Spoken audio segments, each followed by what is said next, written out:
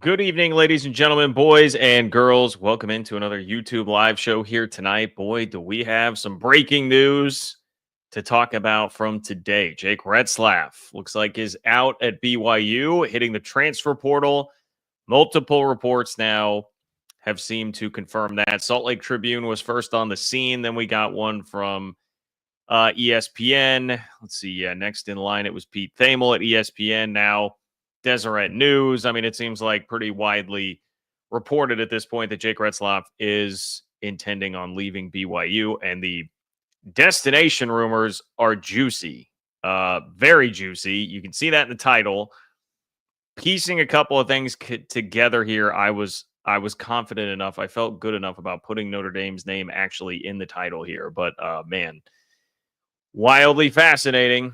Although not fun, I admit and understand for Cougars fans as far as what is going on there. But we're going to break down what it all means, what it means for the Big 12 title race. Like, how does BYU react and move on after this, which I'm sure BYU and many Cougar fans were braced for the possibility of this. Obviously, that he was not going to be the quarterback of the Cougs this year. But, man, this is pretty interesting. This is very, very interesting. I see a question from Lane already. Who needs a QB this late? Let me read you a story here, just real quick off the top before I tease the rest of the show. This was from April of 2025. Out of South Bend, Indiana, Notre Dame's quarterback competition will continue into the summer as freshman CJ Carr and sophomore Kenny Minchey will vie for the top job after senior Steve Angeli entered the transfer portal. Angeli had been the primary backup the past two seasons. He entered the portal on Thursday before Notre Dame wrapped up its spring session. He's transferring to Syracuse. So Notre Dame, talented freshman, but a freshman and a sophomore competing for this job. Let me read you a line from this Deseret News story. Deseret News says, Retzlaff is expected to announce early this week that he will play for another school, a school one source noted that is, quote, in desperate need of an experienced college quarterback. And I will read again here.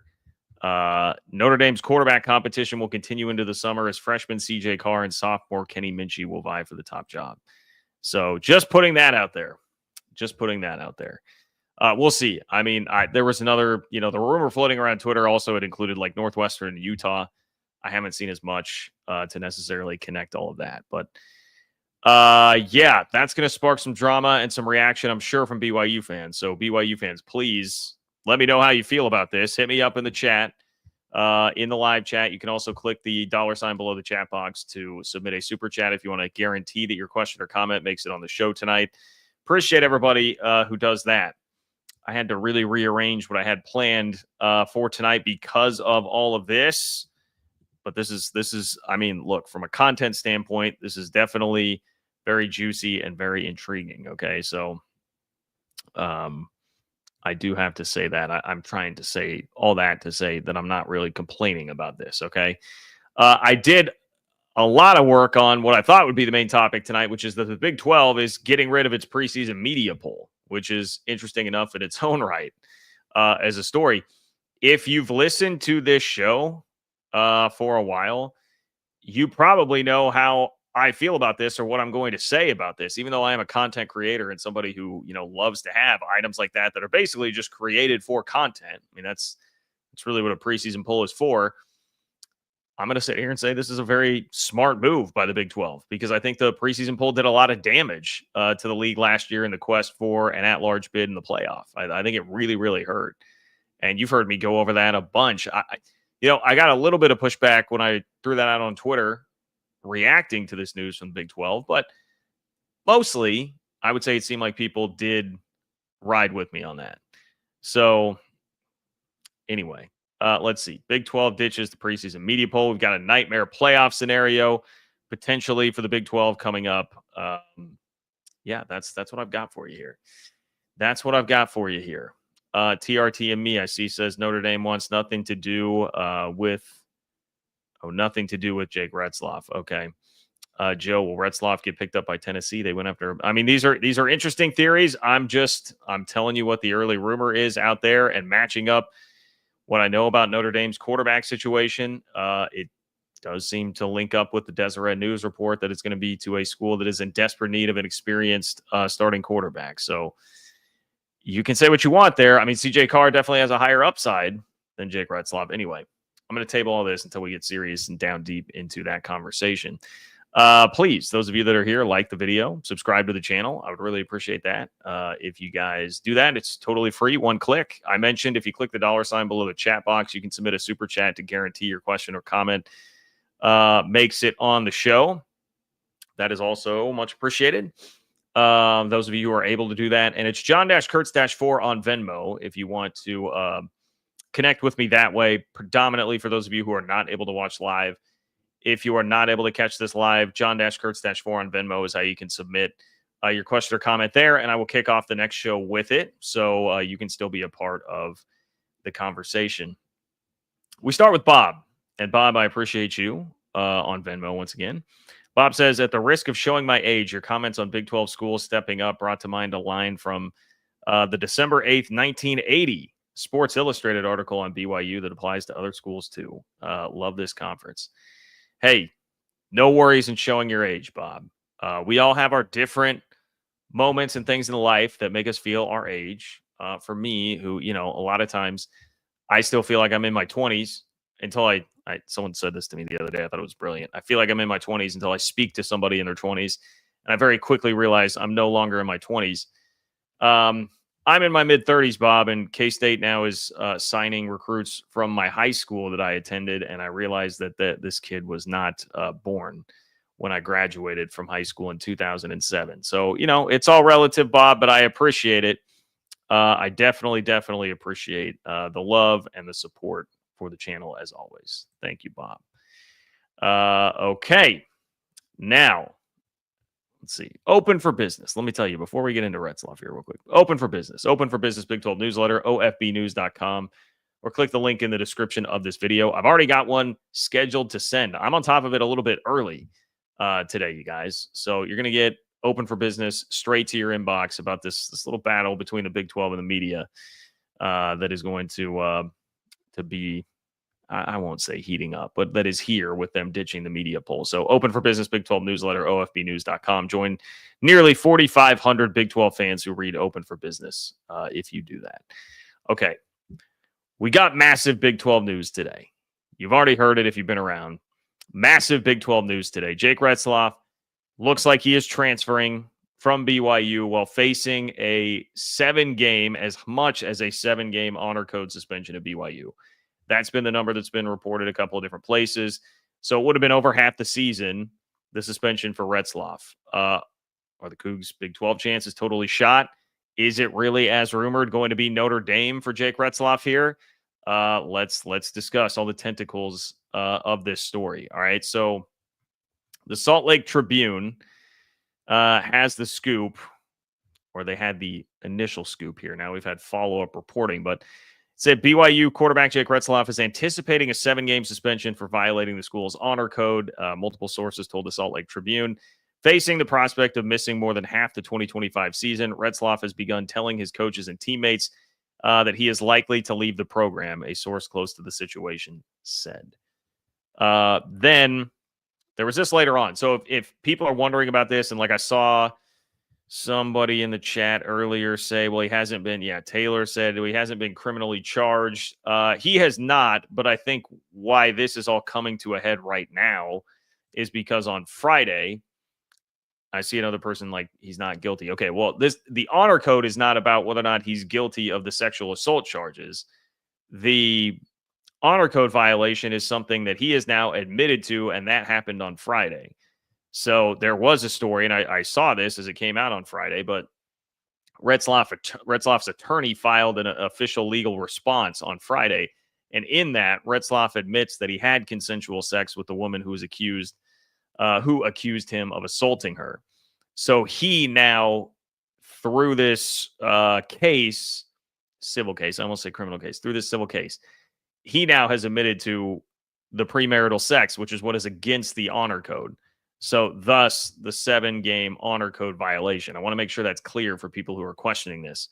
At BYU, things are different. Like as a part of the honor code, the students all sign. You're not able to have premarital sex, and that's what's at issue here because he has now admitted that did happen officially in these court filings. So you can remember, and man, I was just reading about this earlier today. BYU fans, you can roast me for this. I'm forgetting the basketball player's name in 2011, where he got into hot water for it during the NCAA tournament. There have been public instances of this before. The honor code, something that you're definitely going to be aware of as a student going to BYU. So I understand BYU fans looking at this and being like, man, you knew the deal. You came here. You did that. And then we all fall in love with you. You have a great season. We're expecting to chase double-digit wins at a Big 12 title again this year. And now when we suspend you for something that you signed up for and you knew was there, you're going to bail. I definitely get how that's got to be maddening, man. That's got to be maddening if you are a BYU fan. I totally get it. Okay. So there's that. That's what's happened here in the last, I guess we're at like 72 hours since the court filings. That's basically how we got to the point where right now we sit with Jake Retzlaff. And yeah, there's a lot to, emotions wise, like because I'm sure BYU fans, were preparing for this possibility that he would either be, whether it's going to be kicked off the team, kicked out of school, have some massive suspension, maybe miss the season. Like there are a lot of possibilities that you'd be mulling around in your head. But I would imagine that one of them that you're not going to mull around in your head necessarily is like, okay, we'll hand down a suspension. And then he's going to say, well, yeah, thanks, but no thanks. I have options because he can enter the transfer portal. That's another point of clarification here I should probably issue. He is a grad student. So as a grad transfer, you can actually still enter the portal now, even though for anybody else, it would be closed. So he's got an extra option there with the way that college athletics is situated these days. And thank you, Brandon Davies, suspended in 2011 from BYU's basketball team. Brandon Davies there was the name. So he's got the option to do that. And some of this, it sucks for BYU fans, but I am sort of the mind like this is kind of, the situation we get in college athletics where NCAA does nothing for too long. Now, perhaps the pendulum has swung too far the other way where student athlete, we're beyond what it would even be like in a professional sports league where we have collectively bargained things and contracts and limits on how some of this stuff would go down. I mean, he's got the power and he's got the option to go do this. So, that is just the reality here. There's a part of me that says, hey, if the NCAA had been a little more just with the program along the way, and we had more common sense things that had happened along the way with how student athletes can maneuver and get paid and all those different things, like maybe this wouldn't be a scenario that could play out like this, or at least he would be highly more incentivized to just stick it out through the suspension and then play after that. Yeah, I mean, it's all kind of a mess. All seems like kind of a mess. But because what sucks here, if you're a BYU fan, is you look at this. I mean, if he's gonna wind up playing for the national runner-ups from last year, the team that just played the national championship game, and it's a high-profile brand like Notre Dame. I mean, that's got to burn you. That's got to burn you. If you are a BYU fan and you're going to have to watch that, like now I got to watch him play this year while we have a 3 quarterback competition. And, I'll get to more on that in just a second. It's not like the worst situation in the world for BYU at quarterback, but none of these options appear to be as good right now, keyword being, or key phrase being right now, as what Jake Retzlaff would be for this upcoming season. So, yeah. Let me see. Like Sam Foster is one of the people I saw on Twitter who was posting about Notre Dame. He had linked to a story. Sam Foster, producer, BYU Sports Nation, sports editor for the official student multimedia news network at BYU. Says an anonymous source, a former football player who is still close with the team, told the Daily Universe that he has Notre Dame as the potential landing spot for Retzlaff. Northwestern and Utah were 2 other programs Retzlaff was potentially interested in, according to Salt Lake City Sports on Twitter. I mean, the Utah thing, other than just proximity, I don't know what really makes sense about it. Like they have Devin Dampier, and they brought in Devin Dampier's offensive coordinator uh, to run the offense. I don't think that you're going to try and upset the apple cart by bringing in Jake Retzlaff as your quarterback there. And I don't know that Jake Retzlaff wants to go into that situation and say, well, okay, so I don't have a 7-game suspension facing me, but now I've got to compete with this guy where they just brought in his offensive coordinator to like run this whole show around him. I don't know that that's really what you're going to want to do either. So yeah, there's I'm going to put a little less credibility. And Northwestern, like if we're talking about Northwestern, I don't know Northwestern's quarterback situation well enough to give you a good breakdown of that. And they're just frankly not obviously as enticing or high profile as the other two destinations that are mentioned there. But I got to this earlier. I'm going to reiterate this once again. If you're having doubts and skepticism about the Notre Dame thing, this is a story from ESPN.com on April 23rd about Notre Dame's quarterback competition. Obviously, they lose their starting quarterback last year, Riley Leonard, who takes them to the national championship game. Out of spring ball, Notre Dame's quarterback competition will continue into the summer as freshman C.J. Carr and sophomore Kenny Minchey will vie for the top job after Steve Angeli, a senior, entered the transfer portal. Angeli had been Notre Dame's primary backup the past 2 seasons. He announced he was transferring to Syracuse. So they lost the experienced guy who, probably looked writing on the wall and said, I'm not going to win this job. But you got a freshman, C.J. Carr, really talented, sophomore Kenny Minchey, but young guys going after that starting quarterback job. And then in the Deseret News story, who, I think these guys are excellent, do an excellent job covering BYU. Jay Drew, who is, I'm reading his byline right here, has covered Utah sports for more than 30 years. The Deseret News, he says, Retzlaff has cleaned out his locker at the student-athlete building on the Provo campus and is expected to announce early this week that he will play for another school, a school one source noted that is, quote, in desperate need of an experienced college quarterback.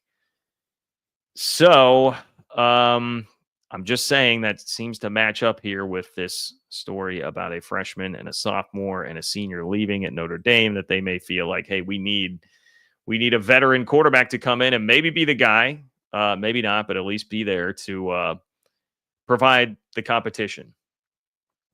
So that's when I started reading this. I understand we're still very much in the rumor phase here, but when I started seeing the Notre Dame rumor flying around and then I pieced that together, I read the Deseret News story. I said, this seems like that's kind of what the insinuation is right there. Now, maybe there is another school that is in desperate need of an experienced starting quarterback that could be here and could be the answer, the response to this. Anyway, BYU fans, I feel for you.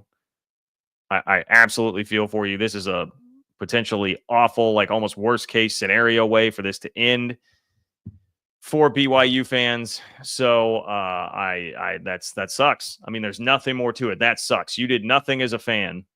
This is all about actions that Jake Retzlaff took himself. It's all about a system in the NCAA that affords just a ton of freedom and flexibility at any time for, the student athlete here, as we have, perhaps seen the pendulum swing a little bit too far the other way. And you're just kind of at the mercy of all of that right now in a rough situation. Having said that, okay, so BYU looks like they're going to be without Jake Retzlaff. What do you do next at quarterback? Like, does this immediately mean that BYU is not a Big 12 title contender? I think that is a question worth exploring. Like, how bad is it? I see James saying here, BYU will be just fine and will probably just upgrade with their own. Is that accurate? Is that something that can happen here in this situation? Please do like the video, by the way. Subscribe to the channel. I would much appreciate that. And click the $ below the chat box to submit a super chat if you want to guarantee that your question or comment makes it on here. Like Pacific Northwest Ute, who said, Jim McMahon just called. What's an honor code? Yeah, well, yeah, I forget that Jim McMahon attended BYU. I'm sure there are plenty of jokes that Pacific Northwest Ute and company are looking to pop off here, which is fine. Hey, click the $ below the chat box. You can do that. Well, what does this mean? What does this mean for BYU? Okay, well, there's going to be a three quarterback battle here. It's going to be a 3 QB battle. And you have basically your version of, I just rattled off CJ Carr as the name at Notre Dame. That's the young freshman that has a ton of upside and is probably going to be the guy at some point at Notre Dame. But the question becomes, would that be this year? Is he ready to do it this year, or do they need AJ Retzlaff to come in and be the guy for a season? At BYU, that's Bear Bachmeier, who spent I'm going to say a semester at Stanford. They called it a quarter right there on the quarter system. He spent a little bit of time at Stanford after being a really high-profile quarterback recruit in the 2025 class who had offers from Oregon, Bama, Notre Dame, Georgia. I mean, he had like offers to go basically anywhere. Chose Stanford. Troy Taylor gets fired, the head coach there, and then he opts to hit the transfer portal after spring ball. So he was not at BYU for spring, which is a key point here to bring up, because that then becomes really difficult to navigate your way to become a starter right away if you don't have spring ball. Like if Bear Bachmeier had spring ball to go out there and play, I feel like that would have made a large difference in terms of the chances that he could take over. But he's got talent. He's dual threat, 6,800 passing yards, 59 touchdowns on his high school career. He had 1,700 rushing yards and 30 TDs. Like, this is a dude that has all the talent that you could want. And, we just made a big deal out of BYU signing a 5-star quarterback who may not play until 2027 in Ryder Lyons. But, man, Bear Bachmeier is the guy maybe for the next couple of years. We'll see. We'll see. I was reading about him today and saw that Aaron Roderick, the offensive coordinator, said this about him, quote, "I don't usually make bold predictions, but I think he's going to be a great player at BYU." So he felt confident enough, a guy who says he's not into making bold predictions like this, he felt confident enough in saying that he is going to be a stud. But I think that most at BYU, and I think I'm seeing this expressed in the chat, I think most at BYU expect that the starter will be former Utah State quarterback McKay Hillstead, who definitely has some talent and, was competing with Trayson Bourget as for the backup job as a Western Michigan transfer. It seems to me to be like a higher floor, lower ceiling kind of a guy. I'm sure most would say a higher ceiling for McKay Hillstead. Played a couple games as a freshman in 2023 at Utah State. Really lit it up his first couple of starts, and then had a concussion. Struggled a little bit after that when he came back. The numbers weren't all that great from that first year. But, man, I know some highlight reel runs in the spring. Was seeing some highlights, reading about that and what happened in spring ball at BYU. And is a guy that has some big playability if he can cut down on the turnovers. He did have 11 touchdowns, 8 picks in 2023 at Utah State. So it's not a disaster. Like, this is far from a disastrous situation for BYU. If you're talking about what's going to happen here at QB, like you've got three, like I would say looking at this in 2025, because remember what I just outlined about Retzlaff had these options. He can go, he can leave. There's a lot of ways players can leave very easily through the transfer portal to get more money. Lots of reasons they can leave and lots of ways they can leave, right? To have 3 quarterbacks that at least seem like they all bring something like this to the table is a pretty damn good situation. It's hard to hang on to guys, like a McKay Hillstead, who had to go into this year looking at like, well, I'm looking at next season. Hopefully I can be the guy next year. And then I just watched BYU sign Ryder Lyons. So it's like, hopefully I can be the guy to like bridge a gap for a year or something in between there. And oh, by the way, now Bear Bachmeier's on the roster. So you've got your talented young stud. You've got a high floor guy who could go in there and kind of steady the ship in Trayson Bourget, or you've got another somewhat experienced option who also seems to have some real big playability that's a transfer in the fold. So I don't know, man. That really screams to me like a as good a situation as you could ask for right now. Like, I'm a K-State fan, and it was like last year K-State had to go out and pay a bunch of money in the transfer portal to bring in Taquan Roberson, who had started some games at UConn, but really to go bring in like that kind of experienced guy. And I was biting my fingernails for a while there before they got him. Like, can they actually go get somebody like that? I'm a little bit worried here. Otherwise, you would just go straight to like, your Bear Bachmeier, but somebody who did not have that pedigree coming out of high school, like somebody that young. So that I will say is like a concession here for BYU fans, or like something that should make you feel a little bit better. Um, Having said all that, like, what does it actually mean in terms of like my opinion of what I would do with BYU right now? I mean, I do think I'd drop them from being like a fringe tier 1, tier 2 team in the Big 12 to probably tier 2/tier 3 for right now, until I see what the quarterback situation is going to look like. That really, to me, is just kind of I would call it like an uncertainty tax, because of like when this is happening. I mean, there's going to be no spring ball for one of these quarterbacks to know, like, hey, I'm the guy. I get the number 1 reps. You unfortunately went through an entire spring practice with Jake Retzlaff and still believing that he was going to be the guy.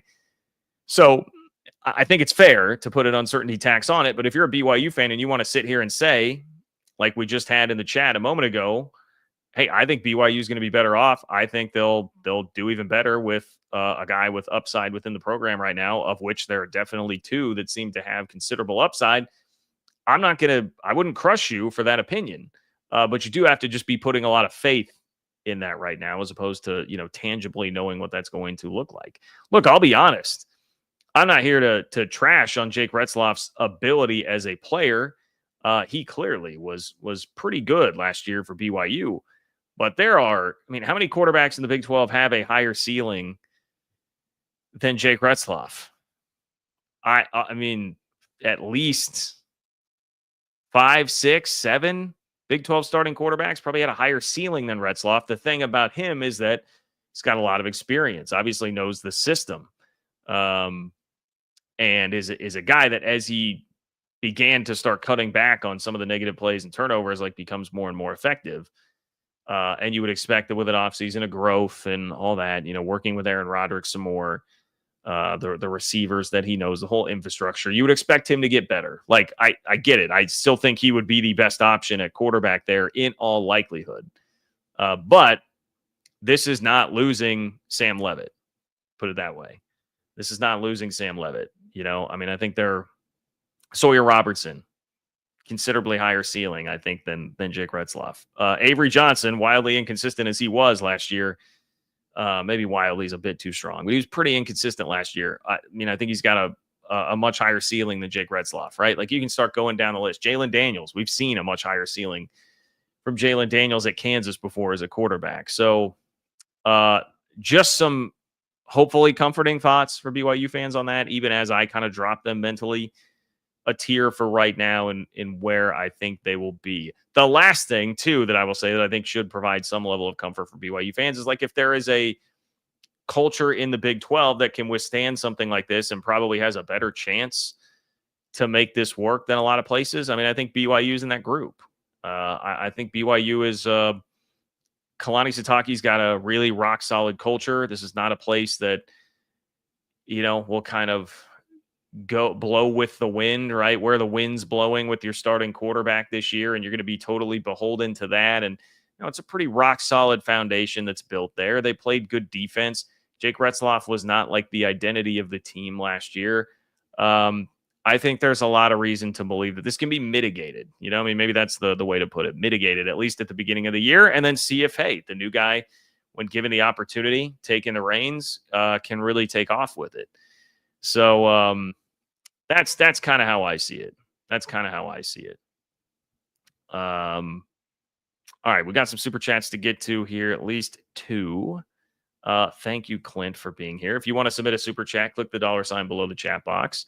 Only way to ensure that your question or comment makes it on tonight, especially as we have a more lively, active chat. Big audience. Obviously, this is a big story.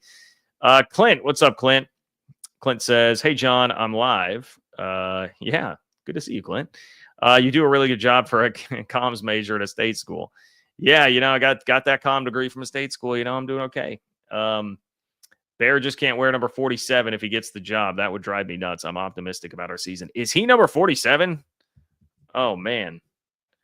I did not know that. Bear Bachmeier, BYU. Where's the roster? Give me the roster, BYU football. Give me the roster. That is crazy. Honestly, though, I don't know, Clint. You say it would drive you nuts. I think that'd be kind of awesome. If you got your starting quarterback rolling out there wearing that. Well, I'm not seeing that on the roster though. 47. Yeah, okay. I don't know. That'd be great. Maybe I may be missing something there, BYU fans, that you guys are all aware of that I'm not with the number. But anyway, yeah. Look, you should still be optimistic about the season. You should definitely still be optimistic about the season. That defense was nails. Jay Hill, I think, is a great defensive coordinator, and that should be the bedrock of what you're trying to do. Like I said, your quarterback situation beyond Jake Retzlaff is better than. I mean, I don't know every single school's quarterback situation, but if they lost their starter, I mean, I feel like you're in the at least 75th, 80th percentile, in terms of Power Four teams, what your quarterback situation would look like if dude number one left. So yeah, I think I would not dampen your optimism about the season in general. Obviously, this sucks. I can understand being very mad and frustrated with Retzlaff himself over how all this went down or just the situation in general. But don't lose that optimism. That would definitely be a message that I would push here for sure. Thank you, Clint. Genuinely appreciate it. And it's great to see you here live.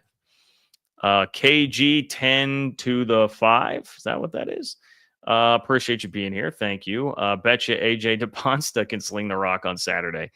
Hey, be fun to watch. AJ DePonsta out there, see what he can do. Yeah, I'm down for that. I don't know. I don't know how the basketball. I'm sure he could be a receiver. How tall is AJ DePonsta? How tall is AJ DePonsta?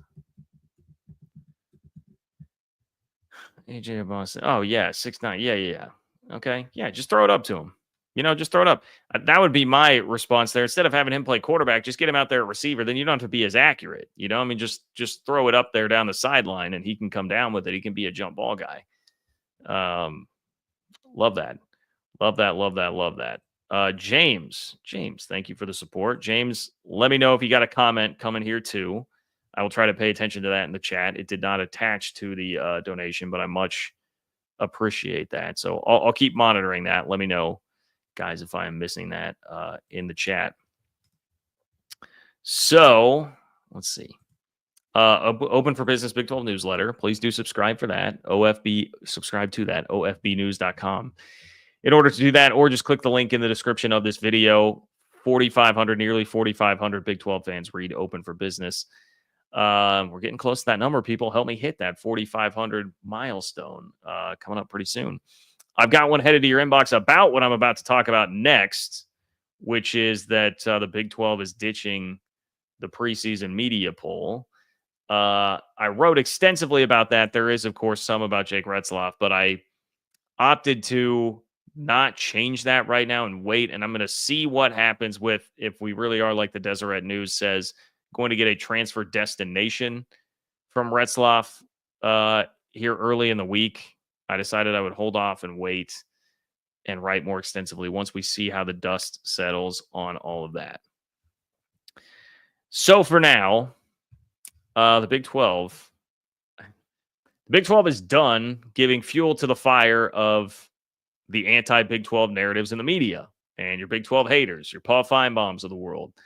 The Big 12 is not going to just hand them on a silver platter a way to bring the league down narratively.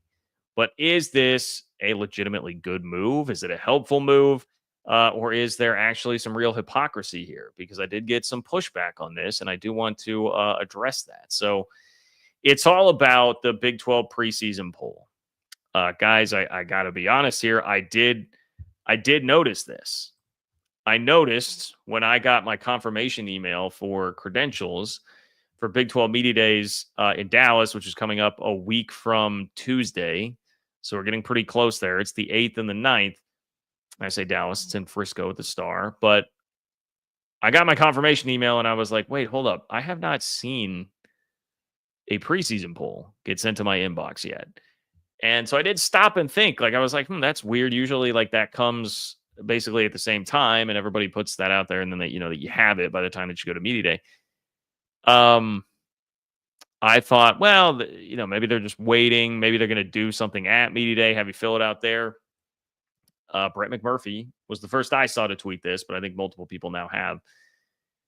Just a couple of days ago, that the Big 12 is getting rid of the preseason media poll. Now, why would they do that? The Big 10, I guess, also does not do one. I was unaware of that until I saw this. But the Big 12 ditching the preseason media poll, why? Well, there's no reason that I've seen like officially given here. But to me, it's just like, hey, we're not going to hand you something to use like from us. You can obviously on your own devices, you can create whatever propaganda it is that you want to use against our league, but we're not going to create it for you. What I mean by that is last year, college football playoff, at-large selections, BYU, subject of a lot of talk tonight, got virtually no consideration for an at-large spot, sat at 17th in the final poll. Meanwhile, Miami, which was perhaps in most people's minds the most deserving team that got left out, got all this consideration. BYU had a better strength of schedule, better strength of record. They had a much better win out of the two. I saw this stat this week on Twitter. Cam Ward of Miami, their quarterback, he had only 20 dropbacks the entire season against a ranked team. That came against Iowa State in the Pop-Tarts Bowl. So, look, Miami should absolutely not have objectively been right there on the cusp, and BYU left way out.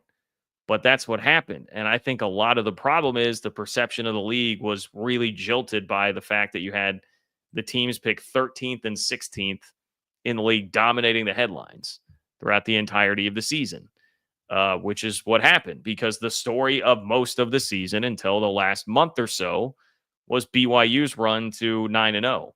And even more so in the last month, they didn't lose to Kansas until November 16th. So BYU's unbeaten up through mid-November, and that was a team picked 13th in the Big 12 preseason poll. I think I had gone around saying 11th last week. I had forgotten it was actually 13th. BYU was 13th. So they're 9-0. And then Arizona State wins the league after being picked dead last. That hurts the perception of the league when that happens, okay? When people are predisposed to thinking, hey, the Big 12 is not that good, and many out there would consider it for sure the fourth best league when it comes to football. If that's your preconceived notion and you think, hey, the Big 12 has nobody good at the top, they couldn't possibly compete with anybody from the SEC or Big 10 in the playoff, which we now know is obviously untrue because Arizona State was 1 4th and 13 stop away from beating Texas in the playoff. But that's what people think. You know, if we're doing this SEC hypothetical game, that's what people think. And if they see that and then they see, oh, well, the team that was picked dead last in the Big 12 that we thought wasn't even talented enough to compete in that hack conference, they won the thing. Well, obviously, it's a terrible league. It's not a good league. And that's going to drag down the reputation of everybody. You know, I got pushback on like, oh, really? Well, BYU, this is such a ridiculous narrative from Big 12 fans. BYU was ranked in the top 10, and then they lost late in the year. Don't lose late in the year. Okay, but this is all about how much wiggle room you're afforded for your losses late in the year. You know who else lost late in the year? Miami lost late in the year, but they were still right there on the cusp of playoff contention with a worse resume objectively overall than BYU. And you know why? It was because people thought Miami was going to be good coming into the year. And Miami was a preseason, top 10, top 15 team. When you have that going into the season, that helps. You start at a higher place. Reputations get sealed into people's brains. Like as humans, it is human nature.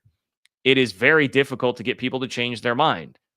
What do people tell you when, you're like arguing with somebody over politics or something online? You're like, you're never going to change their mind. It's really difficult to get a human to change their mind, even in the face of evidence that would absolutely suggest that they need to change their mind. We don't change our minds. So if your preconceived notion early on is that BYU isn't any good, it's going to be really hard to change that. And then the second that they lose a game, well, of course, see, I told you they weren't any good. Of course they lost. You drop them like a rock and you just confirm the bias that you had at the beginning of the year about what was burned into your brain. That's kind of how we work. And, this isn't even a new or novel concept. Like, how long have we been hearing people say, fans I've seen say this for a while, we should get rid of the preseason top 25s. Like those create a lot of narratives that are really hard to ditch for certain teams and it's kind of unfair, and it's really silly, and they can be really off, but the media, one, like, kind of wants to root for their prediction, and two, they again, the whole bias toward your preconceived notion there.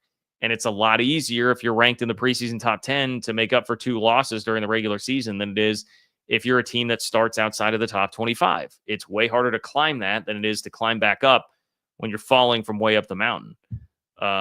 So I didn't think that this would really be something that I would get a lot of pushback on, but there was at least some, when this has been a concept that I think has really been around for a while. People have talked about the AP top 25 coaches poll, all that. I would also say, part of that response is like, Iowa State and BYU were both ranked in the top 10 and blah, blah.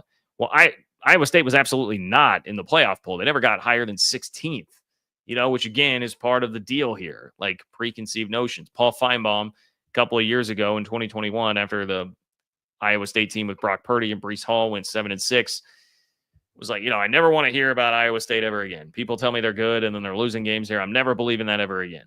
You've got a lot of people like that out there.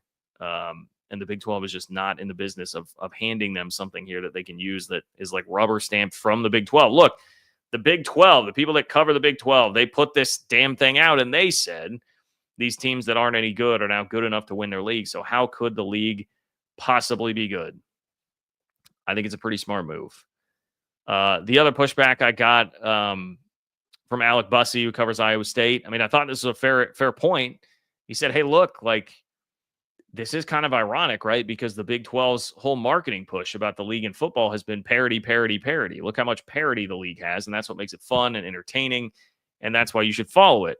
And so parity last year creates your last place team in the preseason poll actually winning the league. And now you're just like running away from that.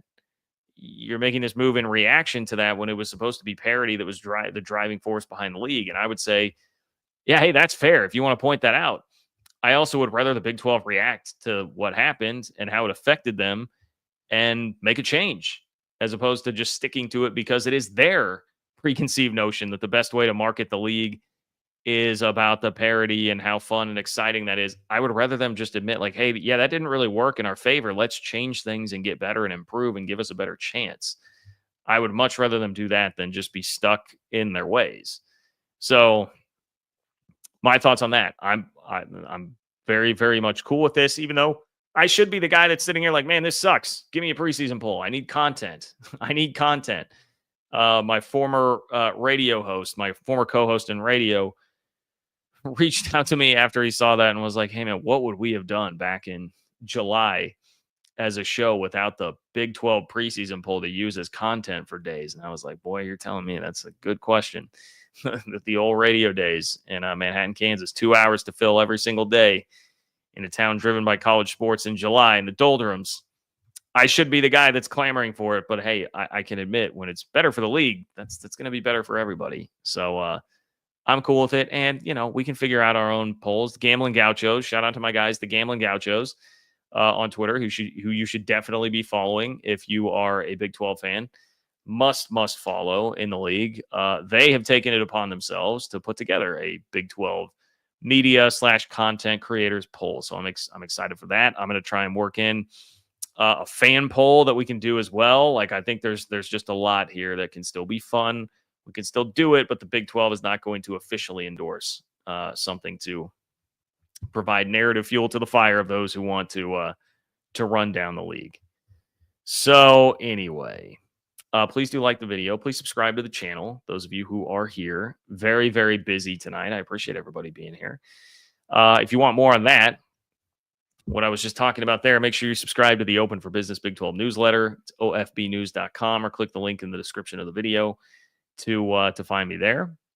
And if you support what I do, the content that I do here, it would mean the world to me if you did subscribe to Open for Business. Also, if you just like the video and subscribe to the channel. Twitter, man, we got 1,500 people on Twitter. If you just go search John Kurtz on YouTube, just click the subscribe button, click like on the video. Even if you're watching on Twitter, that'd be very helpful. It would take just a couple of seconds. Very easy ways to support. If you are so inclined, you can also make a donation by clicking the $ below the chat box. and that will guarantee that your question or comment makes it on the show tonight. So I appreciate everybody that does do that as well. And it's John-Kurtz-4 on Venmo. If you want to leave me a question or comment there, I will kick off the next show with it, so we can continue the conversation there. You can still be a part of the convo. So we do have a playoff update, a bit of one. Brandon Marcello wrote this one from CBS Sports. So typically we're following like Ross Dellinger updates. This one comes from Brandon Marcello. The latest update on the battle over the college football format, football playoff format, really has it all. We've got another fast one being pulled by the SEC. SEC and Big Ten getting further apart. We've got a nightmare Big 12 ACC playoff scenario floated out there by Greg Sankey, and even a really nice concession, I think, for the Big 12 and ACC that's kind of buried in all of this. So I'm just going to read you some of the highlights here straight from the article from Brandon, who did an awesome job with this. Interestingly enough, so the commissioners all met last week. They had a 2-day session, and Brandon Marcello reports the college football playoff format was not discussed in detail. December 1st is the deadline to get figured out what they're going to do in 2026, right? So with the season coming up, I mean, that's a lot closer than what it actually feels like right now as we sit on June 29th. But the college football playoff staff instead presented proposed updates to the metrics used by the selection committee. So what's taking place is, instead of talking about the actual format, we're getting a lot of debate about how the SEC wants this to be strength of schedule focused, and we need even more emphasis on strength of schedule. And so they've hired consultants, and they're doing all this work to try and figure that out. In fact, the college football playoff hired consultants from Google and a professor at the University of Buffalo to help develop the new metrics. Conferences and Notre Dame have been asked to review the data and provide feedback in the coming weeks. More information is expected to be shared soon. Google is going to fight for the SEC. That's what we got. The SEC these days teaming up with Goldman Sachs and Google. Just what we need. The article says, still, the SEC's cries for help have been partially answered. The playoff, with the help of outsourced mathematicians, was tasked in the spring to refine the metrics the committee studies to inform their decisions. The tweaked metrics, so here you go, the tweaked metrics primarily deal with strength of schedule and include changes that would weigh non-conference games more heavily, thereby negating the need for the SEC to mirror the Big Ten's 9-game conference schedule, sources told CBS Sports. What that means is the SEC has successfully pulled a fast one here, specifically on the Big Ten. I mean, really on everybody, but mostly on the Big Ten. And that's what starts to get really interesting about where all this goes. Like, the rift between the SEC and the Big Ten seems to be really growing here, and it's all over the playoff issue. And the Big 12 and the ACC, which, according to Marcello, like jointly presented the 5+11 format that drove the wedge between them, they really started it. So I don't know. I think it was our Webb a couple of weeks ago, or a couple of shows ago at least, who said, was this a poison pill from Brett Yormark just to try and throw this out there to disrupt this perfect marriage between the Big Ten and the SEC, where they were so united and just driving everything where the sport was going and throwing everybody else so far down, kicking everybody while they're down, just leading this in a poor direction. Maybe this was an idea to get them fighting with each other to disrupt all of that, slow some of the, hey, let's keep pushing toothpaste out of the tube that can't be pushed back in, related to the greater good of the game. It's interesting. Because if the SEC is doing this, I mean, this has been what the Big Ten's been most pissed about the whole time, is the fact that the SEC won't go to a 9-game conference schedule like the Big Ten is. And the SEC says, no, we're gonna keep playing our FCS teams. There was a point made in the article that Texas was the only SEC school to not play an FCS team last year. Meanwhile, half the Big Ten did not play an FCS school. So that's some real tension right now. All the reporting says that. That's some real tension. And now here comes the SEC. They have pushed through this. Oh, we need more emphasis on strength of schedule. And they officially get, all right, we will more heavily consider non-con schedules so you don't have to go to a 9-game conference schedule yourself. Where's this going to go, man? The Big Ten's got to be furious about that. Furious. They thought, I mean, the SEC had kind of been co-supporting for months the idea of the 4 auto buys thing, to the point where I had just acquiesced. I was like, well, that's going to happen. Big Ten and the SEC both want it. It's going to happen. Now here it is. Big Ten's not getting their buddy to go along with them in Greg Sankey. The article says the SEC might continue with 8 conference games and schedule FCS opponents for future non-conference games. Quote, it's the biggest of the big issues, a Big Ten athletics director said. Yeah, Big Ten's not happy. Big Ten's not happy here. Now, I will say, as much as all that is very entertaining and in a lot of ways great, there was a point made in this article where I was like, okay, well, that's kind of a nightmare scenario. Hopefully that doesn't happen.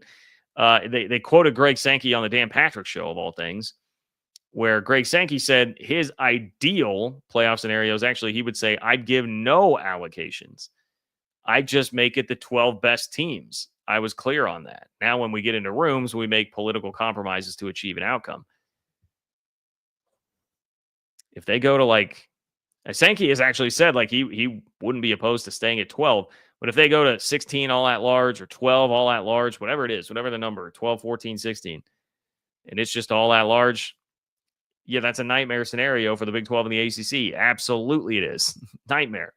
Now, it doesn't seem like the Big Ten and the SEC would actually be willing to do that, and I think a lot of it would be for fear of a lawsuit over the language of, well, they do get the final say in what happens in the next playoff format. They are legally obligated to give input and have discussions with everybody else. And so I think there's already been threats of lawsuits floated out there. I think they would probably view that like, well, I'm sure we'll get sued. And even if we think we're right, we would have to deal with billable hours and we would have to deal with the headache that becomes. And I don't know that we really want to do that. And to what end, right? How much does that really help us relative to where we would be if we get the 4 auto bids or if we get 5 plus 11, whatever?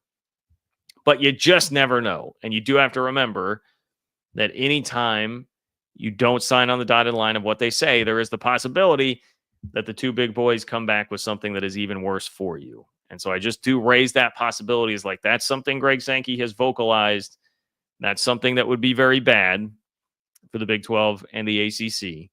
If it's literally you have to get a team in the top 12 by eye of the playoff committee with non-conference schedule being heavily weighted when the Big Ten and the SEC don't seem to be all that willing to play you that much in the non-con. Like this, you see where that really leads and how that could be very, very bad for the Big 12 and the ACC and their actual playoff access.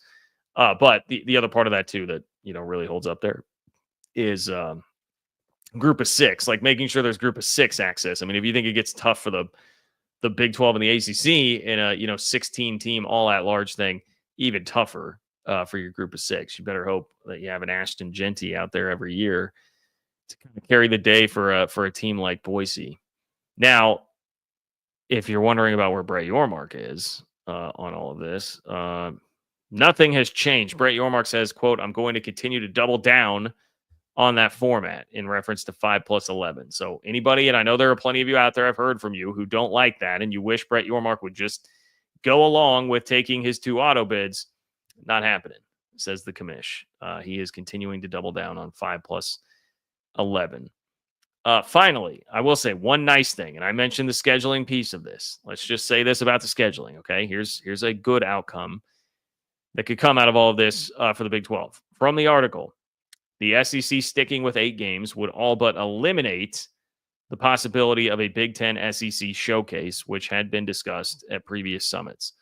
The scheduling agreement would have pitted all 16 SEC teams against a Big Ten rival. And now a Big Ten source says, quote, that wouldn't make sense for our guys to add another tough game. So that was on it. That was one of the things I really hated the most about where it seemed like things were going. It seemed like, in March, April, it's going to be 4-4, 2-2-1. And once that happens, they'll go to the play-in games at the end of the year. And then the scheduling agreement will happen between the Big Ten and the SEC. SEC will go to 9 conference games and then have a scheduling agreement game with the Big Ten. So there's 10 games on everybody's schedule already. You're never going to be able to get them on your non-con. You're never going to be able to get them on your non-con, which is then going to hurt your strength of schedule if you're competing for, I guess at that point, it would really just be like 1 or 3 at-large bids. But It just locks you out from having any real access to them, getting respect by playing them, beating them. That at least seems to be off the table here. And then if the SEC is only going to be playing 8 conference games, seemingly just math would tell you that it opens up more opportunities to play teams from the Big Ten, but particularly the SEC. And I guess if you're holding out hope for a Bedlam, something like that happening, I mean, that opens up more room on the schedule for it to be there. Though I have my doubts that unfortunately we'll get that back. But anyway, that's the latest on the playoff format. The next meeting is scheduled for, by the way, it's like September 24th, I believe, and it's at Big Ten HQ. And so they could obviously schedule something between now and then, but Marcelo reported that there's no meeting that is scheduled between now and then to actually discuss the format. So it seems like everybody's just still retreated back into their corners for right now. And we'll see where it goes. But nothing seems to be really moving quickly. And if they're not meeting until late September, they'll have roughly 2 months to get that decision made during the season about what the future playoff format is going to be for 2026. So anyway, there you have it. That's it. Good show tonight. A lot going on. Appreciate you guys all being here. Oh, I do have one more super chat. My apologies there, Caleb. Let's get to it. Caleb says, hey, this is a great question, Caleb. I appreciate this a lot. What is the best way to support you that gives you the most money without others taking a large percentage? I would say that the John-Kurtz-4 on Venmo is probably the best way to do that. I would need to look specifically at what cut they are taking, but I am sure that it is less than YouTube because YouTube does take a percentage of the super chats there. So yeah, that is what I would say, Caleb. I would say that Venmo, John-Kurtz-4 for right now is definitely the best way to do that. But I will remind everybody too, totally free ways. And Caleb, I much appreciate you, my man. Totally free ways to support the channel too that are very meaningful to me. Start with subscribing to the Open for Business Big 12 newsletter. Really trying to continue growing that. ofbnews.com. Or there's a link in the description of this video to get signed up there. Again, we have almost 4,500 twice a week getting it to your inbox totally for free. I'll break down the big picture stories in college sports, what they mean for the Big 12, and just keep you up to date on the news and notes every single week. So lots of ways to support. But Caleb, that is the best question anybody has ever asked here. So thank you very much. And I really do genuinely appreciate your support. Everybody that supports, everybody that's here. We've got over 2,100 people in here right now. So immensely, immensely grateful for all you guys who do support. Thank you, Caleb. James, what's up, James? James says Jim McMahon. Boy, I did not expect to get multiple Jim McMahon references on the show tonight, but here we are. Jim McMahon would probably say, quote, "It wasn't easy to stay out of trouble at BYU with the honor code people, but if I can do it, anyone can do it," is what Lavelle always would say. Okay, so there's the response. We got like a Ute, that was Pacific Northwest Ute, right? Throwing out the Jim McMahon reference. And here's James saying, hey, if he can do it, anybody can do it. All right, James. Lavelle Edwards quote apparently there. Lavelle Edwards has come up on the show a lot lately as well. What was that? We were talking about the Big 12 coaches Mount Rushmore the other day. Yeah, that's what it was. And to me, Lavelle Edwards probably number one on that. Anyway, thank you, James. Thank you. Anybody else? If you got you've got about 2 minutes if you want to get any more Jim McMahon references in today. But shout out to Jim McMahon. Shout out to the Super Bowl Shuffle and the 85 Bears. All right, James. Appreciate you, man. Thank you, everybody, for being here. Oh, wow. Oh, this is a comment worth putting up here. We don't have a Big 12 preseason poll, but Merle says, according to Grok, K-State, Arizona State, Utah, and Texas Tech are the top 4 in the Big 12 championship race. Love that. Love that. We get Grok, Twitter's AI, if you're unfamiliar. Twitter's AI. That's who they would have competing for the Big 12 title. That's awesome. Maybe I could just release all of those. I'll start putting them out in the newsletter. Here's what Grok says. Here's what ChatGPT says. Anyway, appreciate all of you guys. Please like the video, subscribe to the channel, spread the word. Subscribe to Open for Business, ofbnews.com. Have a great rest of your Sunday evening, a great start to your week, and I will talk to you all very soon.